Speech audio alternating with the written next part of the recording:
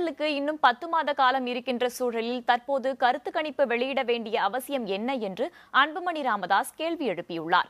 பாட்டாளி மக்கள் கட்சி சார்பில் சேலம் திருவாக்கவுண்டனூரில் நடைபெற்ற பொதுக்கூட்டத்தில் பேசிய அவர், கடந்த 50 ஆண்டு காலமாக தமிழகத்தை ஆட்சி செய்யும் திராவிட கட்சிகள் மது, இலவசம் போன்ற கலாச்சாரத்தை மட்டுமே வளர்த்துள்ளதாக குற்றம் சாட்டினார்.